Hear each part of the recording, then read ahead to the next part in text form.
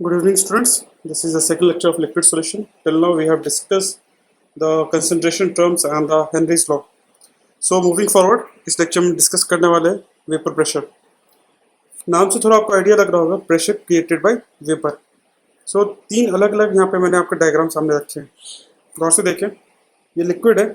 Liquid के साथ होगा क्या, इसके मॉलिक्यूल्स होते हैं, थोड़ी देर बाद एनर्जेटिकली पार्टिकल्स जो होंगे इसके सरफेस पे जो होंगे वो गैसियस फेज में कन्वर्ट होने लगेंगे. हीट इन्वायरमेंट से एब्जॉर्ब करके वो वेपर फेज में कन्वर्ट होंगे. तो इस प्रोसेस को हम कहते हैं इवापोरेशन. इवापोरेशन हुआ, कुछ गैसेस पार्टिकल एनर्जी घटेगी, कंडेंस होने लगेंगे, तो उसको कहते हैं कंडेंसेशन. यहाँ सिर्फ इवापोरेशन हम देख रहे हैं और यहाँ पे हम देखते हैं कंडेंसेशन भी स्टार्ट हो गया. कुछ देर के बाद ये देखा जाएगा कि इवापोरेशन और कंडेंसेशन का जो रेट है वो सेम हो जाएगा, जिसको हम क्या कहते हैं इक्विलिब्रियम कंडीशन. इक्विलिब्रियम कंडीशन में इवापोरेशन का जो रेट होगा वही कंडेंसेशन का भी रेट होता है. ओके, इस पॉइंट पे जो प्रेशर क्रिएट करता है gases particles on the surface of liquid, ये जो आपके पास जो gases particle at the point of equilibrium, gases particle ने जो प्रेशर एक्सर्ट कर रहा होगा लिक्विड पे, या लिक्विड है इस पे जो प्रेशर क्रिएट कर रहा होगा, उसी को वेपर प्रेशर कहा जाता है. कैसे डिफाइन करेंगे? तो वेपर प्रेशर डिफाइन होता है pressure exerted by vapour phase over liquid phase when vapour and liquid phase are in equilibrium. जब इक्विलिब्रियम में होते हैं तब जो प्रेशर क्रिएट होता है उसी चीज को कहा जाता है vapour pressure. I think clear है. वेपर प्रेशर दो फैक्टर्स पे डिपेंड करता है. सबसे पहला फैक्टर है देखा जाए तो इंटरमॉलिक्यूलर फोर्सेस. जैसे जैसे फोर्सेस बढ़ेंगे तो पार्टिकल्स क्या होंगे, वेपराइज कम होंगे. जैसे कि मान लो अगर हम आपको लिक्विड देते हैं मरकरी और साथ ही साथ देते हैं वाटर, तो वाटर में कौन सी बॉन्डिंग होती है, तो हाइड्रोजन बॉन्डिंग. जबकि मरकरी में मेटालिक बॉन्डिंग. स्ट्रॉन्ग बॉन्डिंग किस में, मरकरी में. तो उसका वेपर प्रेशर कम होगा क्योंकि वेपराइज कम होगा. वही वाटर के कंपैरिजन हम करते हैं ईथर से, तो वाटर में हाइड्रोजन बॉन्डिंग और ईथर में डायपोल डायपोल इंटरेक्शन. स्ट्रॉन्गर कौन है, हाइड्रोजन बॉन्डिंग स्ट्रॉन्गर है. तो हाइड्रोजन बॉन्डिंग स्ट्रॉन्गर है तो उसका वेपर प्रेशर कम होगा. ठीक है, एक फैक्टर हो गया इंटरमॉलिक्यूलर फोर्सेस. दूसरी प्रेशर पे भी डिपेंड करता है. प्रेशर पे कैसे डिफाइन करता है, तो एक्सपेरिमेंटली इसको डिफाइन किया था. There was a scientist known as Clausius and Clapeyron. दोनों ने मिलकर एक्सपेरिमेंट किया था. उसके बेसिस पे एक क्लैपिरॉन या क्लॉसियस क्लैपिरॉन इक्वेशन बनाई. तो जिसको हम कह रहे हैं सिंपली क्लैपिरॉन इक्वेशन ही आपको मिल जाता है.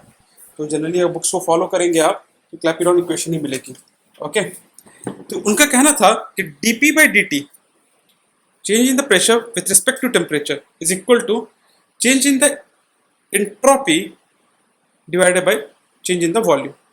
आपको पता है एंट्रोपी क्या होता है? अगर किसी रिवर्सिबल कंडीशन में बात कर रहे हैं जहाँ पे आपका प्रेशर कांस्टेंट है तो होता है एंथैल्पी बाय टेम्परेचर, तो del R H by T. तो D P by D T is equal to del R H by T. और जो वॉल्यूम का चेंज है, डेल्टा मतलब वॉल्यूम का चेंज. लिक्विड और गैस के वॉल्यूम में गैस का वॉल्यूम बहुत ज़्यादा होता है, उसको हम गैस का वॉल्यूम लिख सकते हैं.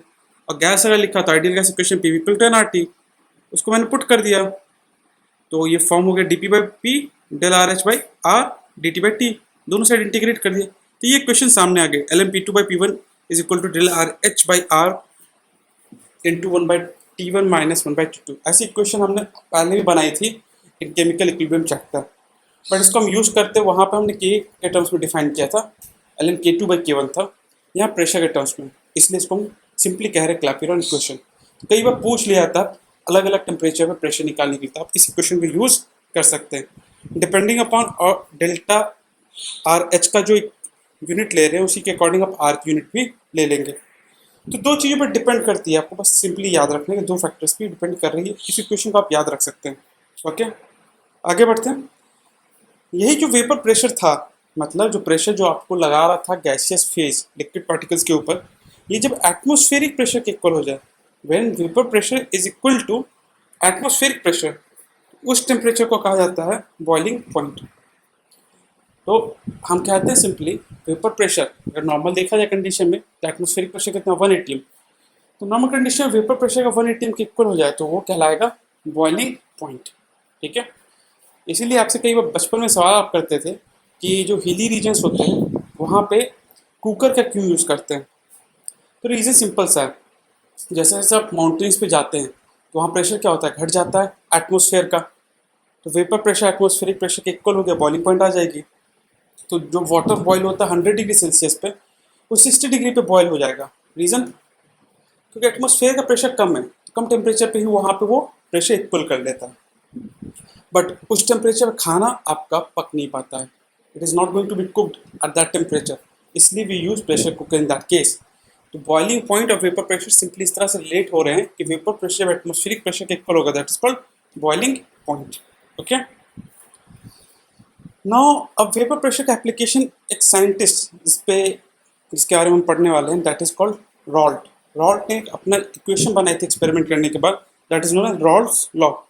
अकॉर्डिंग टू दिस लॉ उन्होंने ये कहा था कि जो प्रेशर होता है, पार्शियल प्रेशर, बात को ध्यान रखिएगा, पार्शियल प्रेशर की बात हो रही है क्योंकि दो कंपोनेंट्स हम बाइनरी सोल्यूशन ले रहे हैं, दो कंपोनेंट्स होंगे, तो पार्शियल प्रेशर एक कंपोनेंट का directly proportional to its mole fraction. ठीक है, मोल फ्रैक्शन के इक्वल होता है। ठीक है, तो partial pressure of the one component is directly proportional to the mole fraction P1 is directly proportional to X1। Proportionality sign हटाएंगे तो P1 नॉट एक कांस्टेंट आ गया। P1 नॉट क्या है? ये वेपर प्रेशर है उस कंपोनेंट का कंप्लीटली जब वो प्योर फॉर्म में, जैसे कि इथेनॉल और वाटर, दो चीज़ें मिलकर क्या बना है, सोल्यूशन बना। तो इथेनॉल का partial pressure is equal to mole fraction of, मतलब इथेनॉल का partial pressure is directly proportional to mole fraction of ethanol. Proportionality sign हटाओगे तो लिखेंगे partial pressure of ethanol is equal to pressure of ethanol when it is present alone. सिर्फ अगर ethanol होता तब उसका प्रेशर क्या होता है, सॉल्यूशन में तो प्रेशर वैरी करेगा। तो P of ethanol is equal to P not of ethanol into mole fraction of ethanol. वैसे वाटर का pressure of water is equal to P not of H2O into mole fraction of water. इस equation को हम use करते हैं, P1 और P2 दोनों के लिए डिफाइन कर दिया गया। यही बेसिकली रॉल्ट्स लॉ है। ठीक है, आपको पता है सॉल्यूशन मिलके बना किस किस चीज़ से था, दो ही कंपोनेंट थी, बाइनरी था। अगर बाइनरी है, एक गैस P1 और एक P2, गैस स्टेट में हम डाल्टन्स लॉ पढ़ते हैं कि जितना भी जो प्रेशर होता है, जितने कंपोनेंट्स प्रेशर लगा रहे हैं, सबका सम करोगे तो टोटल प्रेशर आता है। तो P total is P1 plus P2, दो ही कंपोनेंट थे। P1 क्या होता है रॉल्ट्स लॉ से, P1 नॉट X1, P2 क्या होता है P2 नॉट X2। अब आपको पता है X1 X2 का सम कितना होता है 1, तो X1 को 1 माइनस X2 लिख सकता हूँ इंटू P1 नॉट और X2 into P2 not. P1 not को कॉमन ले लिया और यहाँ X2 को कॉमन ले लिया, तो हम इस तरह से अप्रोच कर सकते हैं। कहने का सिंपल सा मतलब, अगर P1 P नॉट दे रखा है तो आप डायरेक्टली मोल फ्रैक्शन किसी एक का मालूम है तो टोटल प्रेशर निकाल सकते हैं। डाल्टन्स लॉ का एप्लीकेशन है। पहले हमने पढ़ा रॉल्ट्स लॉ, यहाँ हमने पढ़ा रॉल्ट्स लॉ। तो P1 is equal to P1 not X1, P2 is equal to P2 not X2। उसके बाद हमने पढ़ा Dalton's law, P total is equal to P1 P2। आप इस तरह से भी जा सकते हैं। तो that is Raoult's law and Dalton's law. इसको हम ग्राफिकली अगर देखना चाहते हैं तो ग्राफिकली कैसे देखेंगे, मैंने क्या कहा, दो कंपोनेंट से मिलकर बना था, एक X1 और एक X2। X1 जब 1 है, मतलब एक कंपोनेंट ही सिर्फ है, तो X1 1 X2 0। तो यहाँ पे वाई एक्सिस पे मैंने वेपर प्रेशर ले लिया है और यहाँ मोल फ्रैक्शन। यहाँ पे अगर देखते हैं तो मैंने X1 लिया है 1, तो वेपर प्रेशर आपका कुछ दे दिया हमने। धीरे धीरे इसका मोल फ्रैक्शन क्या हो रहा है, इंक्रीज कर रहा है। अब देखिए X1 जो आपके पास है जब 1 है तो प्रेशर कितना है P1 नॉट, X2 0 है, तो P2 को देखिए, P2 कितना है उस समय 0, X1 P1 नॉट, P2 0। जब सॉल्यूशन बन रहा है तो धीरे धीरे अप जाएगा। अब देखते हैं, पहले हम एक ही को देखते हैं, X2 0 से स्टार्ट हुआ, X2 का कुछ अमाउंट बढ़ा, आपने ऐड किया, सॉल्यूशन बनाया, धीरे धीरे ये लाइन क्या हो रही है, अप जा रही है। क्यों स्ट्रेट लाइन क्यों है, क्योंकि प्रेशर जो है P1 ये directly proportional to mole fraction, mole fraction है तो y is equal to mx की इक्वेशन आ गई। ठीक है, स्ट्रेट लाइन आ गया P2 का। जैसे P1 का पहले ही मैक्सिमम था लेकिन धीरे धीरे उसका अमाउंट घट रहा है, तो एक स्ट्रेट लाइन आएगी, स्लोप क्या होगा निगेटिव। ये इक्वेशन P1 का है और ये P2 का। ओके, टोटल प्रेशर जो सॉल्यूशन का है, इन दोनों का सम, दोनों लाइन का आप इंटरसेक्ट जोड़ते हुए आगे बढ़ेंगे तो स्ट्रेट लाइन ही आएगी। इस तरह से हमने बना दिया। और इसमें एक बात ये पूछी जाती है, मोल फ्रैक्शन जो लिया x1 वो सॉल्यूशन में लिया था, लिक्विड सॉल्यूशन में। अगर मैं पूछूं कि मोल फ्रैक्शन गैसियस में कितना होगा, गैसियस में वैरी कर सकता है। क्यों? क्योंकि मैंने कहा वेपर प्रेशर डिपेंड करता है इंटरमॉलिक्यूलर फोर्सेस पे। ठीक है, तो हम कहते हैं इन दैट केस तो P1 जो होगा is equal to y1 into P total. ये जो y1 है, ये y1 है partial pressure of the gaseous particle. मतलब आपका जो कंपोनेंट ऑफ गैसियस फेज में कितना अपना रखता है मोल फ्रैक्शन। ठीक है, y1 is nothing but mole fraction in the vapour phase. Vapour phase में कितना मोल फ्रैक्शन है वो y1 हो गया फर्स्ट कंपोनेंट का। y2 क्या हुआ, वेपर फेज में कितना मोल फ्रैक्शन है सेकंड कंपोनेंट का वो। उसको हम कैसे निकालेंगे, तो P1 y1 P total. P total हमने निकाला था पिछले केस में डाल्टन्स लॉ से, और P1 हमने निकाला था रॉल्स लॉ से। P2 रॉल्स लॉ से, P टोटल डाल्टन्स लॉ से। तो ये तीन चीज़ों का कॉम्बिनेशन आपको दिखेगा। पहला क्या था, पहला हमारे पास था Raoult's law, P1 is equal to P01 x1, P2 is equal to P02 x2। फिर Dalton's law P total is equal to P1 plus P2। P total आ गया, P टोटल डाल दिया, P1 आ गया रॉल्स लॉ से वो डाल दिया, y1 निकाल सकते हो, y2 निकाल सकते हो। This is the basic criteria. एक चीज़ में बड़ा अच्छा सवाल बन सकता है कि जो कंपोनेंट्स ले रहे हैं, जो कंपोनेंट्स ले रहे हैं, मैंने एग्जांपल लिया था इथेनॉल और वाटर का। आप कोई और एग्जांपल ले सकते हैं क्या, शुगर इन वाटर ले सकते हैं क्या? यस, हम ले सकते हैं बट उसमें एक बात ध्यान रखिएगा, शुगर एक सॉलिड है, उसको कोई प्रेशर नहीं होगा। पी नॉट की जो वैल्यू होगी क्वेश्चन में उसकी गिवन नहीं होगी, क्योंकि उसको जीरो माना जाएगा। बात समझ में आई? सॉल्यूशन जरूर बना सकता है, शुगर या सॉल्ट, कोई सॉलिड को अगर आप डालते हैं तो सॉल्यूशन जरूर बनाएगा, बट वो वेपराइज नहीं हो सकता। क्यों? क्योंकि सॉलिड है और वो नॉन वोलेटाइल है। नॉन वोलेटाइल मतलब उसका पी नॉट, सिर्फ आपके पास एक शुगर का ब्लॉक दिया हुआ है, शुगर का ब्लॉक कोई प्रेशर क्रिएट करता है क्या एटमोसफेयर पे? तो आंसर इज नेग्लिजिबल, यानी उसको जीरो माना जाता है। सॉल्यूशन में अगर सॉलिड डाल देंगे आप पी नॉट की वैल्यू जीरो हो जाती है, क्वेश्चन में गिवन नहीं होगी। अदरवाइज दो लिक्विड लिक्विड सॉल्यूशन पे सारे लॉस वैलिड हो जाते हैं, डायरेक्ट लगता है उसमें पी नॉट की वैल्यू दी रखी होती है। सॉलिड में भी वैलिड है, बट सॉलिड में पी नॉट की वैल्यू जीरो आती है। ठीक है, सो एक सिंपल से सवाल भी देख लेते हैं। क्वेश्चन है क्लोरोफॉर्म है डाइक्लोरोमीथेन है, दोनों टेम्परेचर आपके पास दे रखा है, टेम्परेचर 298, प्रेशर 200 mm Hg और 415 mm Hg। ये किसका है? क्लोरोफॉर्म का 200 है और डाइक्लोरोमीथेन का 415।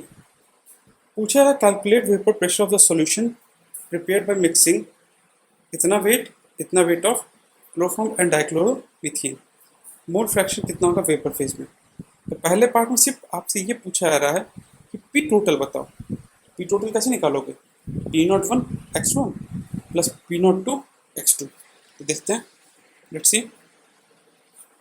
सबसे पहले क्या किया हमने, मोल्स निकाल ली, दोनों के मोल्स आ गए। मोल्स निकालने के बाद मोल्स हमने दोनों के कैलकुलेट कर ली, ये तो आसानी से आप निकाल लेंगे दोनों की। फिर मोल फ्रैक्शन को मैंने कैलकुलेट किया। मोल फ्रैक्शन आप निकाल सकते हैं, moles of component divided by total moles. एक का निकल गया तो वन माइनस दैट करके भी आप दूसरे का निकाल सकते हैं, चाहो तो वहाँ से निकाल लो, या फिर moles of that component divided by total moles. फिर रॉल्स लॉ का equation P total is equal to P01 x1 plus P02 x2, ये यूज़ कर लो, या फिर यहाँ पे जो मैं फाइनल इक्वेशन लेके आया था वहाँ यूज़ कर लो। मैं प्रेफर करता हूँ P01 x1 plus P02 x2 use कर लो, कन्फ्यूज़न नहीं होता इससे। ऐसे चाहो तो आप याद कर सकते हो, to avoid confusion P01 x1 that is chi1 plus P02 x2 that is chi2, उसको यूज़ करो, कन्फ्यूजन नहीं होगा। पी टोटल आ गया। ये तो पहला पार्ट हो गया क्वेश्चन का। यहाँ दिया था calculate the vapour pressure solution prepared by mixing 25.5 gram of chloroform plus 40 gram of dichloromethane. दूसरा पार्ट क्या था सवाल का, mole fraction in vapour phase, मतलब वाई मैंने क्या कहा था, वाई इज नथिंग बट, कैसे लिखते हो, P1 is equal to y1 into P total. P total आपने पहले ही निकाल लिया था, P1 आपको पता है वो कितना है, सिंपली 0.312 200 62.4 आ गया। वाई आपको निकालना था, तो सिंपली वाई क्या हो जाएगा, जो भी आपने प्रेशर निकाला, that pressure divided by pressure निकाला दोनों का, डिवाइडेड बाई टोटल प्रेशर। ये आपका सिंपली क्या होता है, your mole fraction. Since question में आपको क्लियरली मेंशन्ड था कि what is P1 and P2, P1 P2 आप निकाल चुके थे, उसके यूज़ करके आपने कैलकुलेशन की। रियलिटी में ये क्वेश्चन था। इस क्वेश्चन में मैंने कहा था 2 पार्ट आप ले लेते हैं। यहाँ पे मैंने कहा था P01 P02 X2, this one and this one. ये कैलकुलेट किया इसने पार्शियल प्रेशर को, तो कैलकुलेशन यहाँ पे दिखाई, कैलकुलेशन आ गया। कैलकुलेशन के बाद टोटल प्रेशर से बस डिवाइड कर दिया। इसलिए मैंने कहा था P01 X1 plus P02 X2 वाला फॉर्मूला ही आप यूज़ करें। एक बात ध्यान रखिएगा, इससे एक कंक्लूजन भी आ रहा है, जिसका वेपर प्रेशर, वेपर फेज में उसका अमाउंट ज़्यादा होता है जो ज़्यादा वॉलेटाइल होता है। इसे यहाँ देखोगे तो डाइक्लोरोमीथेन जिसका वेपर प्रेशर ज़्यादा दिया होता है, देख रहे हो यहाँ पर आपको क्वेश्चन मेंशन किया 415 mm वेपर प्रेशर ज़्यादा है, इसीलिए उसका अमाउंट कितना आ रहा है 0.82% डाइक्लोरोमीथेन वेपराइज होके आएगा। तो बस राउल्ट्स लॉ उसका यूज़ करते हैं, डाल्टन्स लॉ, इन दोनों का यूज़ करके न्यूमेरिकल्स बनते हैं। अच्छे सवाल बन सकते हैं इसमें, ठीक है, इसमें आपको थोड़ा ध्यान देना होगा। तो क्वेश्चन प्रैक्टिस के लिए मैं शीट में आपको दे दूंगा, आप प्रैक्टिस कीजिएगा तो आइडिया लग जाएगा। आगे बढ़ते हैं। रॉल्ड्स लॉ का भी फॉर्मूला हेनरीज लॉ जैसा ही दिखता है आपको, ऐसा क्यों होगा? ये था, जो रॉल्ड्स लॉ है ये special case of Henry's law. Henry's law क्या लिखते हैं, P is equal to KH into x, और Raoult's law P is equal P not into x. तो रॉल्ड्स लॉ एक स्पेशल केस है हेनरीज लॉ का, जब KH की वैल्यू P नॉट के इक्वल हो जाएगी, क्योंकि कांस्टेंट वैल्यू KH की वैल्यू चेंज कर सकती है, तब हम कहते हैं कि रॉल्ड्स लॉ जो है बन के आया। जब हेनरीज लॉ में KH की वैल्यू P नॉट हो जाए, उस समय हम कह सकते हैं कि रॉल्ड्स लॉ हेनरीज लॉ के कंपैरेबल हो जाए। डिफरेंस ऐसा है कि Henry's law gas and liquid के लिए सोल्यूशन होता है, जबकि रॉल्ड्स लॉ लिक्विड एंड लिक्विड के लिए सोल्यूशन होता है। ये भी एक बेसिक डिफरेंस है, तो आपको ज़्यादा इसमें ध्यान नहीं देना, दोनों का फॉर्मूला लगभग सेम, इसलिए मैंने बस कंपेयर कर दिया। Okay, now coming to ideal solution. मैंने कहा था कि आइडियल हम लोग चीज़ें सोचते हैं, इसलिए आप आइडियल स्टूडेंट बनना चाहते हैं, वैसे सोल्यूशन भी आइडियल बनना चाहता है। आइडियल सोल्यूशन की अगर बात करते हैं तो आइडियल सोल्यूशन होता क्या है? ऐसा सोल्यूशन जहाँ पे आपका जो सोल्यूशन है हमेशा किसी भी कंसंट्रेशन पे रॉल्ड्स लॉ को फॉलो करता है, but all concentration follows Raoult's law, that is called ideal solution. जैसे हेक्सेन हेप्टेन का मिक्सचर हो, बेंजीन टॉल्यूइन का मिक्सचर हो, ये आइडियल सोल्यूशन है। इसका कैरेक्टरिस्टिक क्या होते हैं? कैरेक्टरिस्टिक ये है कि हेक्सेन हेप्टेन के बीच में जो इंटरेक्शन होगा, वही इंटरेक्शन की वैल्यू हेक्सेन हेक्सेन के बीच होगा और हेप्टेन हेप्टेन के बीच होगा। हेक्सेन को ए माना, हेप्टेन को बी माना, तो मैंने कहा ए बी का जो इंटरेक्शन सेम होगा, ये ए और बी के इंटरेक्शन के बराबर। जब सोल्यूशन बनता है तो कोई एनर्जी रिलीज नहीं होती, तो बोलो सर आपने कहा था एक्सोथर्मिक होता है, बट आइडियल केस में ये माना जा रहा है कि इंथैल्पी चेंज जीरो आएगा। ये बात ध्यान रखना, तो वॉल्यूम का चेंज भी नहीं आएगा। अकॉर्डिंग टू दैट वॉल्यूम ना बढ़ेगा ना घटेगा, तो आइडियल सोल्यूशन कहलाता है। बट आपको ये बात ध्यान रखनी है कि आइडियल सोल्यूशन तो एग्जिस्ट नॉर्मली करता नहीं है। नॉर्मली देखते क्या है, नॉन आइडियल सोल्यूशन ज़्यादा बनते हैं। क्यों? क्योंकि एनर्जी रिलीज होती है। तो नॉन आइडियल सोल्यूशन की बात करें तो 2 तरह के हो सकते हैं। पहला, हम सिंपली कह रहे हैं कि नॉन आइडियल सोल्यूशन एक पॉजिटिव और एक निगेटिव डेविएशन के साथ बनेगा, मतलब जो एक्सपेरिमेंटल प्रेशर निकालोगे वो वैल्यू अलग अलग आएगी। पॉजिटिव डेविएशन क्या कह रहे हैं, जब एक्सपेरिमेंटल वैल्यू अपनी जो निकाली वो वैल्यू थोड़ी ज़्यादा आएगी जो रॉल्ड्स लॉ से अपने प्रेशर निकाला उससे, तो हम कहेंगे पॉजिटिव डेविएशन होगा। ऐसा क्यों होगा? क्योंकि ए और बी सॉल्यूशन में जब 2 पार्टिकल इंटरेक्ट करेंगे वो थोड़ा वीक होगा ए और बी के इंटरेक्शन से, ठीक है। इंथैल्पी क्यों पॉजिटिव है, तो आप खुद सोचो इंथैल्पी पॉजिटिव आएगा, डेल्टा सॉल्यूशन पॉजिटिव, याद इस तरह से रख सकते हो। पॉजिटिव डेविएशन मतलब आइडियल कंडीशन पॉजिटिव मूव कर रहा है, इंथैल्पी भी पॉजिटिव, वॉल्यूम भी क्या होगा पॉजिटिव, वॉल्यूम भी बढ़ जाएगा। नेगेटिव की बात करते हैं, प्रेशर क्या होगा, कम होगा, पी नॉट का ए प्लस पी नॉट बी का बी, ऐसा क्यों हो सकता है? ए बी का इंटरेक्शन क्या हो, स्ट्रांग हो ए और बी से। ए बी का इंटरेक्शन स्ट्रांग हो ए और बी से। इंथैल्पी क्या हो, निगेटिव हो। वॉल्यूम भी क्या हो, निगेटिव। वो निगेटिव डेविएशन सिंपली इस तरह से हम रख सकते हैं। जैसे कि आप देखेंगे इथेनॉल का इथेनॉल पार्टिकल के साथ हाइड्रोजन बॉन्डिंग स्ट्रांग होती है। वाटर वाटर का भी हाइड्रोजन बॉन्डिंग अपने पार्टिकल्स की स्ट्रांग होती है, लेकिन जब दोनों मिलकर सॉल्यूशन बनेंगे तो उनका इंटरेक्शन थोड़ा वीक होता है। वैसे ही अगर देखा जाए एसीटोन, कार्बन डाइसल्फाइड, ये भी क्या करते हैं, पॉजिटिव डेविएशन करते हैं। नीट वाले बच्चों प्लीज़ ध्यान दीजिएगा, एग्जाम्पल भी पूछ लेते हैं डायरेक्ट, थोड़ा आपको ध्यान देना होगा। Negative deviation case HNO3 water, acetone, chloroform, ठीक है, ये केसेस सामने आ जाते हैं। सिंपली आपको ध्यान ये रखना है कि आइडियल कंडीशन को फॉलो कर नहीं करता, रॉड्स को फॉलो नहीं करता, तो that is non ideal solution. दो तरह के होंगे, पॉजिटिव और निगेटिव। पॉजिटिव में delta H positive, delta B positive, interaction forces weak होंगे सोल्यूशन के नॉर्मल सॉल्वेंट से। निगेटिव में delta H solution negative, delta B mixture negative. Okay, graphically इसको हम देख भी सकते हैं कैसे। ये मैंने आपको बताया था रॉल्स लॉ में आइडियल कंडीशन लीनियर आ रहा था। पॉजिटिव का मतलब क्या हुआ, जो लाइन है उससे ऊपर के साइड, देख रहे हैं आप, सब ऊपर की साइड जा रहा था, ये क्या हो गया, पॉजिटिव डेविएशन। अगर लाइन से नीचे की तरफ कर्व जा रहा है तो आप उसको क्या कहेंगे, दैट इज निगेटिव। कर्व कैसा बनेगा, कौन सा आएगा, इससे हमें कोई मतलब नहीं, क्योंकि वो एक्सपेरिमेंटली आपको निकालना होता है। बस आपको ये ध्यान रखना है, पॉजिटिव मतलब कर्व पॉजिटिव डायरेक्शन में अप होगा, और निगेटिव मतलब वैल्यू क्या होगी, निगेटिव डायरेक्शन नीचे की साइड होगा। ओके, बस इतना आपको ध्यान रखना है। कर्व कैसे बन के आएगा वो एक्सपेरिमेंटली डिटरमाइन होता है। ओके, ये वैल्यू आपको दे दी गई हो, एक्सपेरिमेंटली निकाल के पता। Okay, I think it's quite clear. हमें इतना जानना था कि एक आइडियल सोल्यूशन होता है, एक नॉन आइडियल सोल्यूशन होता है। सो आगे बढ़ते हैं। अब इसी बीच में कर्व में एक अलग तरह के मिक्सचर भी बन जाता है कई बार, स्पेशल टाइप बाइनरी सोल्यूशन का, उसको हम कहते हैं एजिट्रॉपिक मिक्सचर।